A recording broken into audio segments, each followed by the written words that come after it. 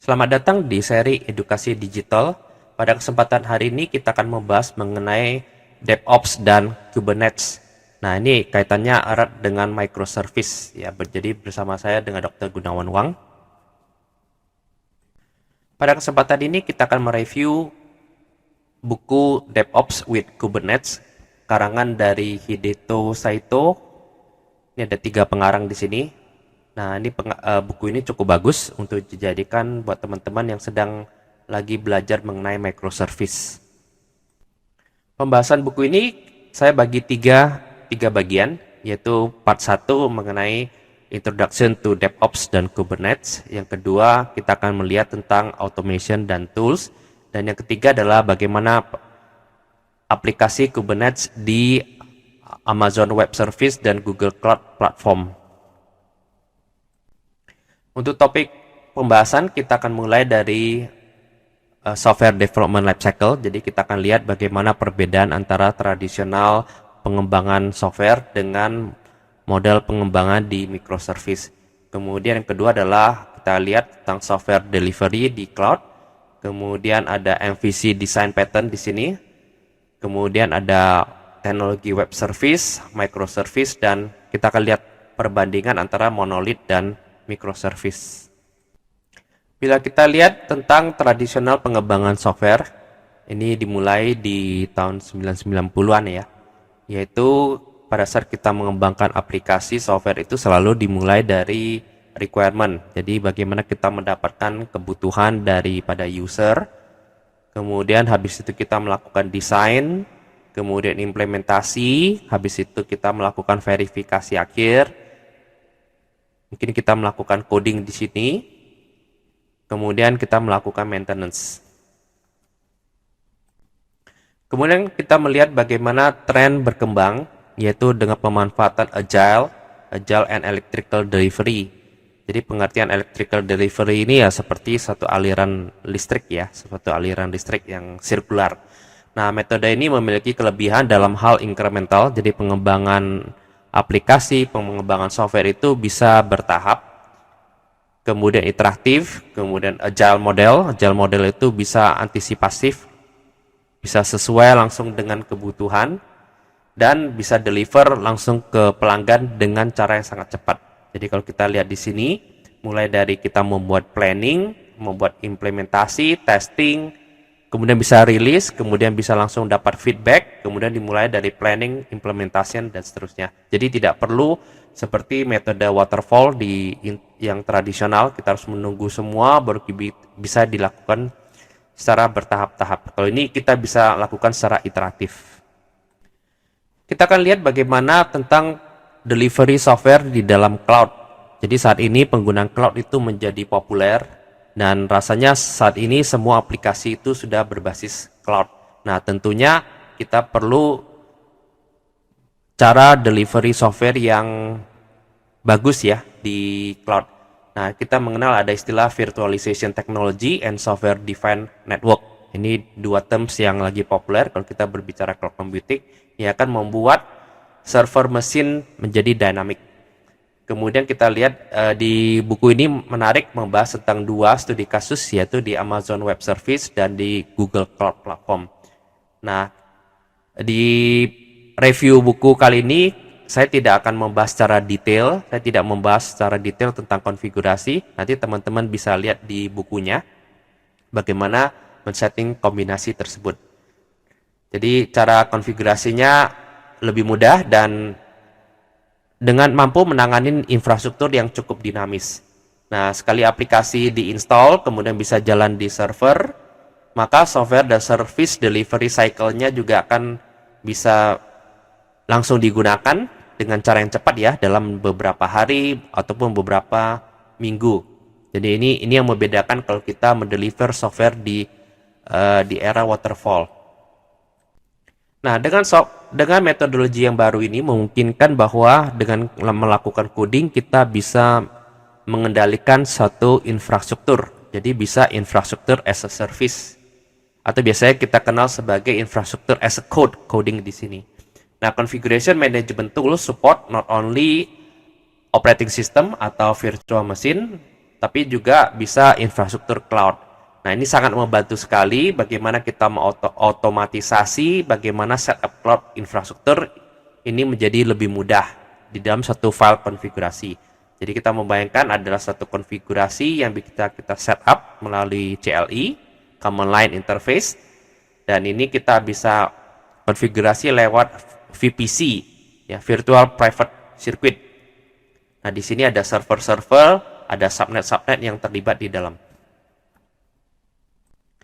Bila kita lihat tentang desain patternnya, ini yang kita kenal sebagai MVC. Jadi MVC singkatan dari Model View and Controller. Jadi kita bisa lihat dari top, dari atas ke bawah. Jadi view ini adalah apa yang dilihat dari user, bagaimana interkoneksi sampai ke database. Nah, di tengah itu ada layer untuk controller. Nah, controller ini berisikan tentang business logic. Nah, pengertian business logic ini adalah bisa berbentuk workflow atau sistem-sistem yang ada di aplikasi bisnis. Jadi kita kenal sebagai business logic. Model layer in charge of data query and persistence such as load and store to the database. Nanti bisa dihubungkan dengan satu modeling dan disimpan atau dipanggil melalui database. Nah, di dalam controller layer ini itu juga bertanggung jawab in charge of business logic. Jadi menyimpan tentang business logic that is halfway between view dan model. Jadi menghubungkan adalah apa yang dibutuhkan oleh user dan apa yang bisa disimpan di dalam database. Nah, ini biasanya kalau kita compile keseluruhan, ini biasanya kita sebut sebagai monolith. Jadi satu keseluruhan coding mulai dari view, controller, model sampai database kita compile menjadi satu. Nah, itu biasanya kita kenal sebagai monolith. Di era tahun 90-an, jadi dipelopori oleh Sun Microsystem menawarkan ada satu teknologi yang kita kenal sebagai RPC atau Remote Procedure Call. Nah, awalnya kita kenal sebagai Sun RPC.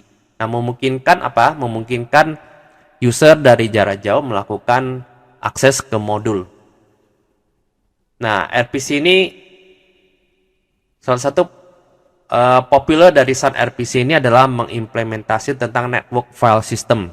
Nah, ini tentunya banyak digunakan di dalam aplikasi network file system. CPU OS versions are independent. Jadi di sini udah mulai RPC itu memungkinkan bahwa OS-nya itu independen dari NFC client di sini dan juga NFC server.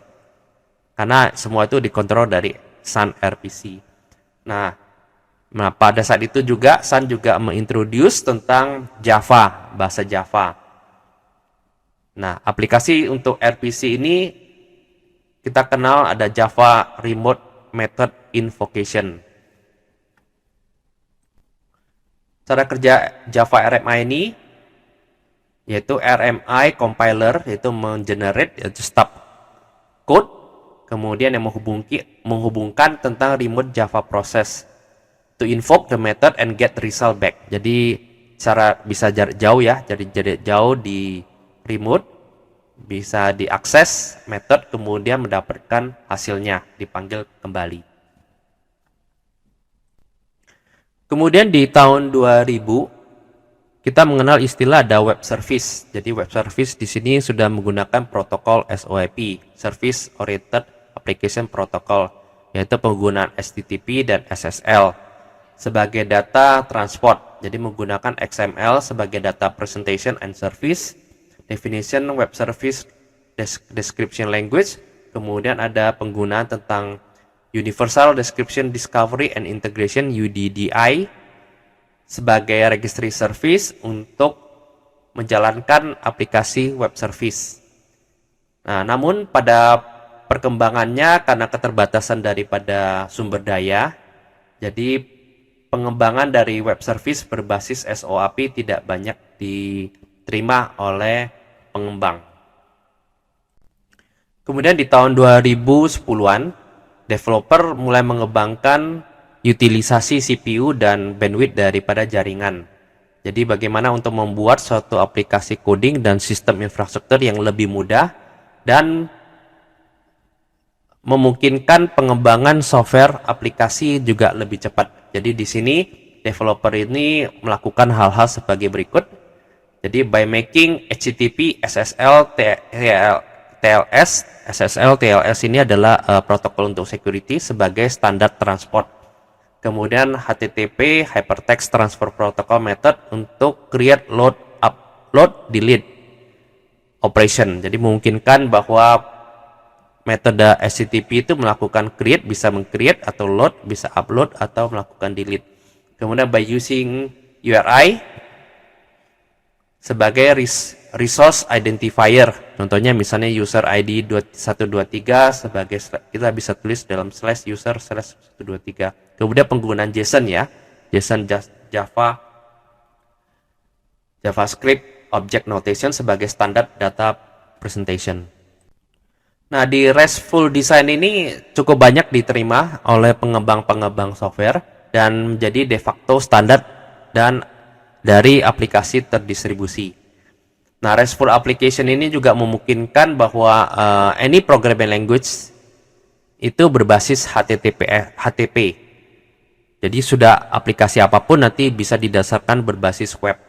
RESTful Service berbasis Java dan client Python juga disupport. Nah, RESTful enables easy to perform code refactoring, upgrade a library, and even switch to another programming language. Jadi sangat memudahkan untuk jadi berintegrasi ya. Jadi misalnya satu platform ke platform yang lain juga bisa dilakukan dengan mudah, atau men-switch dari satu programming language ke yang lain juga bisa lebih mudah. Enable to build a distributed modular design by multiple RESTful application. Nah, ini yang kita kenal sebagai microservice. Nah, kalau kita lihat apa yang ada di microservice, ini menggunakan full stack dari HTTP, SSL server, dan contain entire MVC tadi yang kita bahas. Kemudian microservice design should care, perlu memperhatikan berikut ini. Satu adalah kita kenal sebagai stateless. Stateless ini artinya tidak menyimpan user section di dalam sistem, sehingga memudahkan untuk scalingnya itu lebih mudah. Scale out-nya lebih mudah. Kemudian no share data store. Jadi ini memungkinkan membantu untuk encapsulate backend database sehingga lebih mudah di refactor dan update database scheme dengan single microservice. Kemudian versioning dan compatibility juga lebih mudah.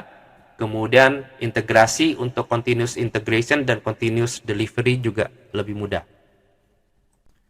Nah, bila kita lihat perbandingan antara monolith dan microservice, tadi sudah dijelaskan di depan. Jadi monolith ini mulai dari user view, ada controller, di dalam controller itu akan mengontrol tentang business logic, aplikasi-aplikasi, kemudian di link kepada model-model yang akan kita bangun, dan hubungkan ke database. Nah, apa yang dilakukan microservice adalah mencoba memotong daripada semua akan dikompil menjadi satu, dia akan coba dipotong menjadi beberapa aplikasi-aplikasi. Nah, dengan harapan seperti ini akan menjadi lebih robust dan lebih powerful. Misalnya kita bisa pecah menjadi aplikasi A, aplikasi B, aplikasi C. Kemudian ada interface di sini, controller dan business logic kita bisa buat multiple dan terhubung dengan database. Nah, ini yang menjadi kelebihan dari microservice.